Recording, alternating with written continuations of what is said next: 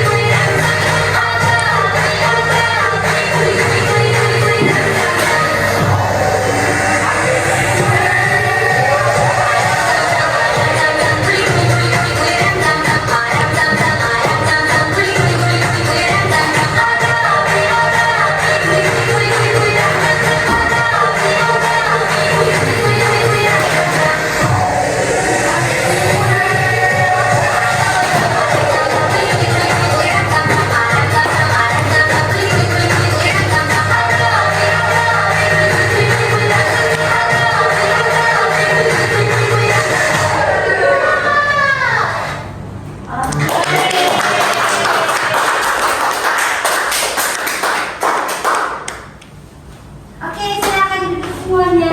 Kita akan melanjutkan belajar.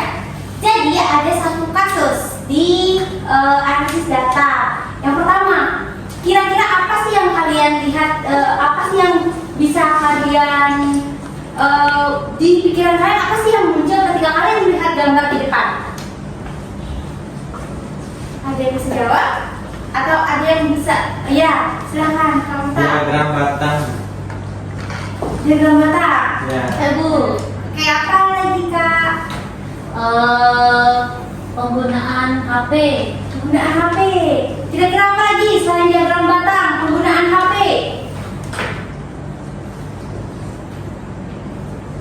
Saya Bu. Ya, silakan. Diagramnya naik. Diagramnya naik. Oke, diagramnya naik. Terus apa lagi? Saya Bu, Ya. jadwal Senin sampai Minggu. Oke, jadwal Senin sampai Minggu. Jadi, kira-kira apa nih? Data jam penggunaan HP dalam satu minggu. Oke, data penggunaan HP dalam satu minggu. Jadi semua yang kalian sebutin tadi itu benar sekali. Jadi di depan sudah ada data penggunaan HP Senin dan sampai Minggu. Jadi dari hari Senin dan sampai hari Minggu ada perbedaan nggak menurut kalian? Ada. Bedanya di mana? Grafiknya naik, Bu. Grafiknya dari Senin sampai Minggu naik. Ya betul, grafiknya dari Senin sampai Minggu naik. Jadi kira-kira kalau dari gambar kira-kira penggunaan HP yang paling sering itu di hari apa? Sabtu Minggu. Sabtu Minggu. Sabtu Minggu. Kalau misalnya penggunaan HP yang paling sedikit di hari apa? Hari Senin. Oke, benar ya. Jadi penggunaan HP di hari Senin lebih sedikit daripada hari Sabtu dan Minggu. Nah, jadi kesimpulan dari gambar yang ada di depan itu, jadi di hari Sabtu dan Minggu ketika siswa atau murid tidak mendapatkan tugas, jadi kalian itu akan lebih sering menggunakan HP. Jadi ketika kalian mendapatkan tugas seperti di hari Senin, penggunaan HP kalian akan lebih sedikit. Gitu. Kemudian selanjutnya ada lagi contoh kasus kedua. Mungkin akan dijelaskan oleh Ibu Idya.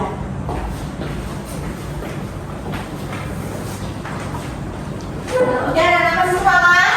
Masih. Nah, di sini Ibu mau jelasin studi kasus yang kedua. Nah, di sini contoh studi kasusnya simpel. Yang pertama ada 4 orang siswa dengan misal uang saku yang normal dan juga satu siswa yang salah satu siswa yang uang sakunya lebih banyak dari teman lainnya. Misal di sini 4 orang siswanya itu memiliki nilai jumlah uang saku rata-rata berkisar 10.000, 12.000 sampai 13.000. Sedangkan siswa yang berkecukupan memiliki uang saku yang lebih besar dari teman-teman lainnya, yaitu sebesar 100.000. Nah, maka dari satu siswa yang memiliki uang saku yang lebih besar ini dengan jumlah uang 100.000 memiliki nilai rata-rata yang meroket tajam, sehingga hasil dari rata-rata uang saku tersebut menjadi palsu karena tidak mewakili kondisi siswa lainnya. Inilah bahaya nilai dari salah satu nilai data dari yang ekstrim. Oke, selanjutnya, nah kita di sini sudah masuk ke analisis data yang sebenarnya.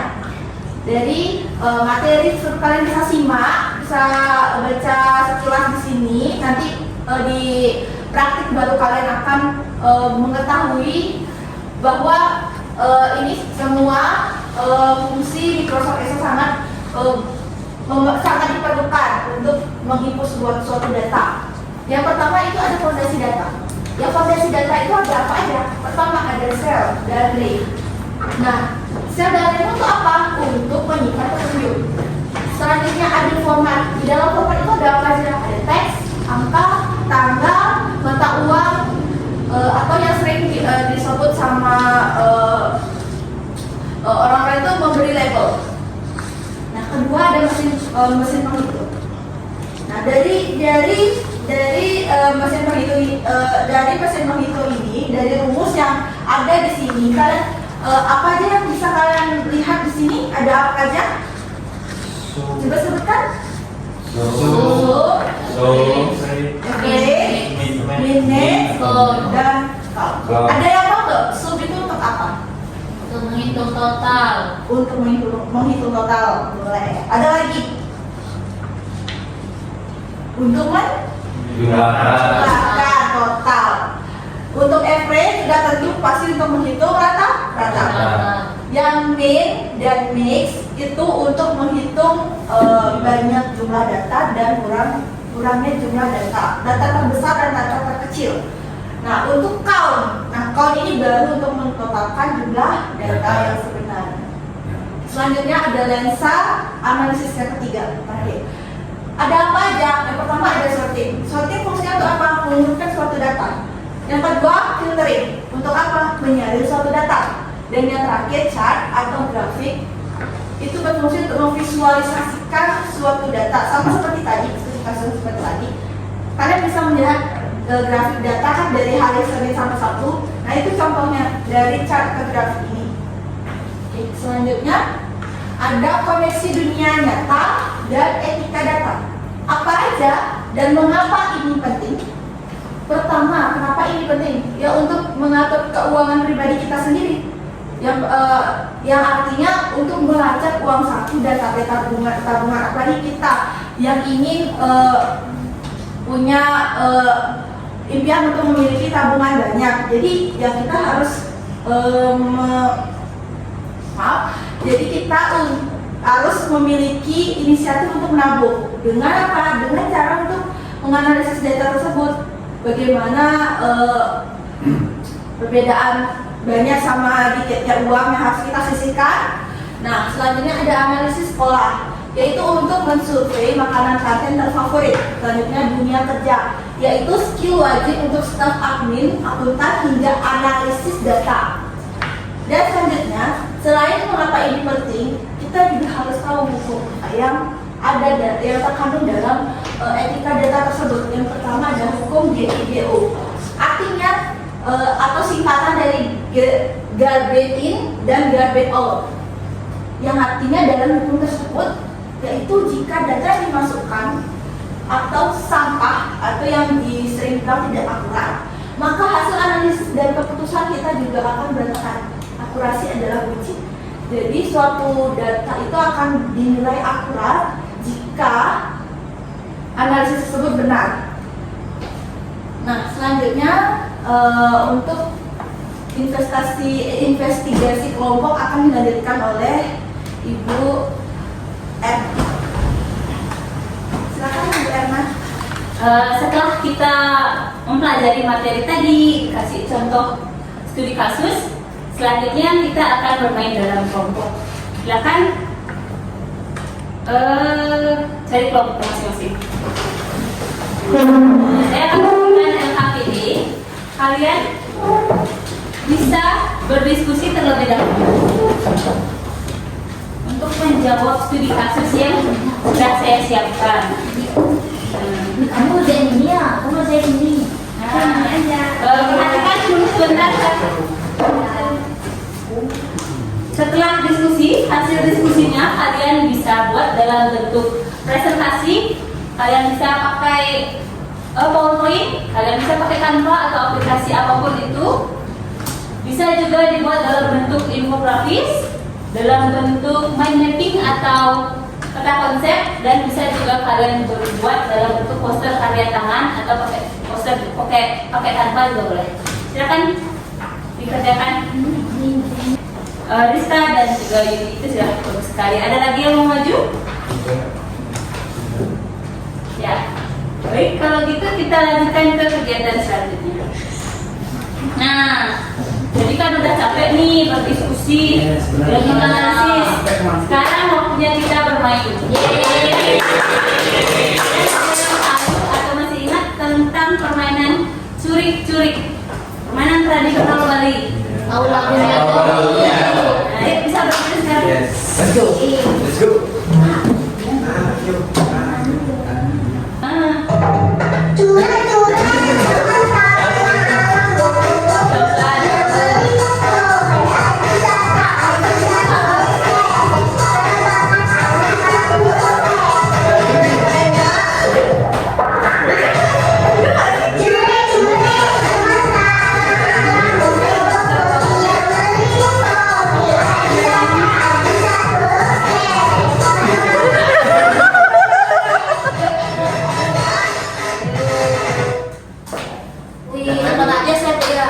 Silakan dipilih kartunya.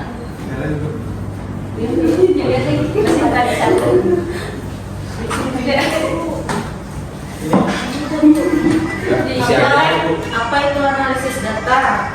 Analisis data adalah suatu kegiatan memproses atau mengolah suatu data.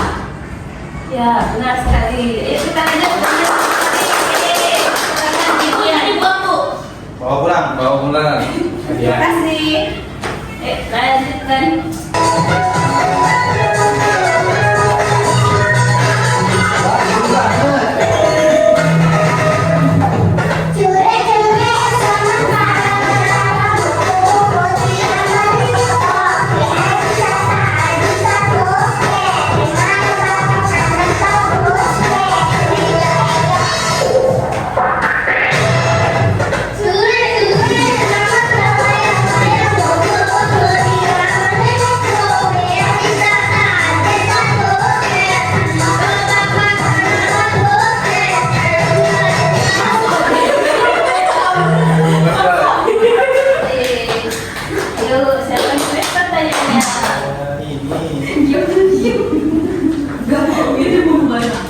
apa saja aplikasi pengolah data. Yang pertama itu ada Excel, lalu yang kedua ada spreadsheet. Itu aja.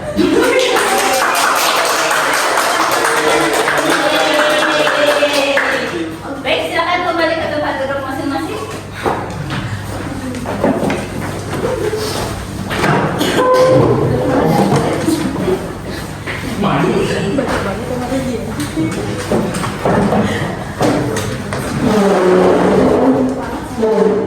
Bagaimana tadi permainannya? Seru? Pertemuan selanjutnya mau main lagi? Mau. Kita lanjut ya. Nah, setelah kita bermain tadi, berarti sudah semangat kan? Sudah panas kembali. Ya. Silakan untuk pertanyaan pertama. Nah, ini adalah kasus suhu yang ada di daerah Kota Singaraja dari pukul 6 pagi sampai pukul 10 malam. Nah, dari data tersebut, siapa yang bisa menjawab kapan kita merasa kedinginan? Ada Bu. Saya bu. Silakan Dian. Jam 6 pagi merasa kedinginan, Bu. Nah, benar sekali. Pertanyaan selanjutnya, kapan kita merasa kepanasan? Saya Bu. Buku saya. Adi? Jam 22. Salah gitu jam berapa? Salah jam berapa gitu kan? Oh. Benar apa salah? Adi menjawab salah. Saya, Bu. Siapa bisa mengoreksi? Ya, silakan Widi. Jam 1 siang, Bu. Jam 1 siang. Benar sekali ya. Pertanyaan terakhir. Pada jam berapa kita sebaiknya memakai jaket dan mengapa? Siapa bisa jawab? Saya. Ya, silakan Maulana. Kita pakai jaket jam 6 pagi Kenapa? biar nggak kedinginan. Jam 6 pagi karena di jam 6 pagi itu dingin dingin. Benar sekali ya. Jadi kalian semua sudah bisa membaca data. Apa yang kalian lakukan tadi itulah kalian mengolah data dan menganalisis data. Selanjutnya, nah, data ada di mana-mana di sekitar kita, mulai dari cuaca, data uang saku, sosial media, ada banyak sekali data yang bisa kita temui. Data itu tidak selalu berbentuk angka, tapi ada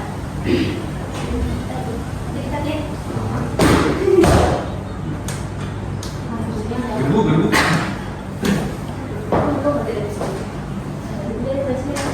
Nah, selanjutnya kita sudah sampai di penghujung pembelajaran. Jadi apa yang kita pelajari hari ini adalah tentang bagaimana kita bisa mengolah data, membaca data untuk membantu kehidupan kita sehari-hari. Sebelum kita akhiri pembelajaran pada hari ini, siapa yang bisa menyampaikan refleksi? Apa saja ilmu-ilmu baru atau bagaimana perasaan kalian ketika melakukan kegiatan pembelajaran hari ini? Adi, silakan maju ke depan. Sampaikan refleksi untuk kegiatan pembelajaran hari ini. Yang saya dapatkan ketika pelajaran saat ini, saya dapat menganalisis sebuah data dan juga mampu memilah dan mengelompokkan sebuah data. Baik, terima kasih Adi, silakan kembali ke depan. Yang sekali adalah berarti Adi sangat menyimak pembelajaran kita pada hari ini. Untuk minggu depan kita akan belajar tentang algoritma dan pemrograman. Untuk hari ini kita akhiri sampai di sini karena tadi kita berdoa. Sekarang kita akhiri dengan doa Adi. Silakan kita berdoa. Baik, silakan semuanya berdiri. Untuk mengakhiri pelajaran hari ini, mari kita berdoa sesuai dengan keyakinan masing-masing. Berdoa dimulai. Berdoa selesai. Silakan kembali. Baik, sekian yang bisa saya sampaikan untuk hari ini. Selamat siang. Selamat Selamat siang. siang, Bu. Terima kasih. Terima kasih, Bu.